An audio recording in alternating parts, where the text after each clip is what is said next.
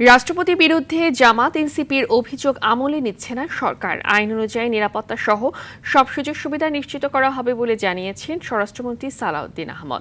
সচিবালয়ে পুলিশের সাহসিকতা ও প্রশংসনীয় কাজের স্বীকৃতি স্বরূপ প্রদান শেষে এসব কথা বলেন তিনি আরও বলেন, সাবেক রাষ্ট্রপতি হিসেবে তার সুযোগ সুবিধা আইনগত। রাষ্ট্রপতির সাথে পতিত শেখ হাসিনার সাথে ফোন আলাপের বিষয়ে কোনো তথ্য সরকারের কাছে নেই। মন্ত্রী বলেন, কিছু অনিয়ম ও ত্রুটি পুলিশ সপ্তাহে থাকায় পুলিশ পদক দেওয়া হয়নি, যাচাই বাছাই শেষে দেওয়া হচ্ছে। এ সময় ব্যাগসহ বিদেশি পাসপোর্ট উদ্ধার ও ছিনতাইকারীকে আটকে দক্ষতার পরিচয় দেয়া 9 পুলিশ সদস্যকে পুরস্কৃত করেছে স্বরাষ্ট্র মন্ত্রণালয়। যারা তার বিরুদ্ধে বক্তব্য দিচ্ছে তাদের সেটা অধিকার আছে। আমরা গণ অভ্যুত্থানের পরবর্তী সময়ে কি প্রত্যাশা করি? রাজনৈতিকভাবে মানুষের কথা বলার স্বাধীনতা থাকবে, আমলে নেওয়ার মতো কোনো বক্তব্য ওখানে নাই।